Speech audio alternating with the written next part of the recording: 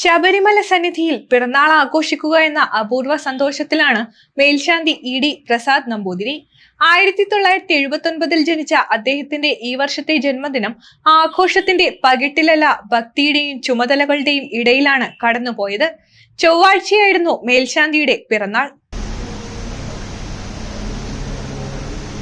പിറന്നാൾ ദിനമാണെങ്കിലും മേൽശാന്തിയുടെ ദിനചര്യയിൽ മാറ്റമൊന്നുമുണ്ടായില്ല. പുലർച്ചെ 2:30 ഉറക്കമുണർന്ന് പതിവ് പോലെ ചുമതലകൾ ഏറ്റെടുത്തു. പരികർമ്മി മധുവാണ് ആദ്യമായി പിറന്നാൾ ആശംസകൾ നേർന്നത്.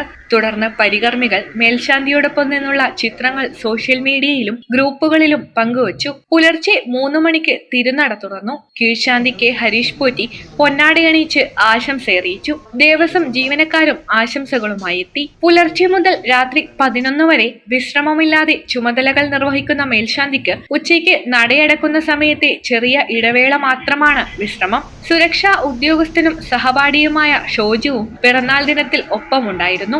ഭഗവാന്റെ സന്നിധിയിൽ ചുമതലകൾ നിർവഹിക്കുന്നതിലായിരുന്നു പിറന്നാൾ ആഘോഷം. വലിയ ചടങ്ങുകളോ ആഘോഷങ്ങളോ ഉണ്ടായിരുന്നില്ല. പിറന്നാൾ ആഘോഷിക്കാൻ പറ്റിയത്, അയ്യപ്പന്റെ നടയിൽ വെച്ച് ആഘോഷിക്കാൻ പറ്റിയത് വലിയ സന്തോഷം. അയ്യപ്പന്റെ എനിക്ക്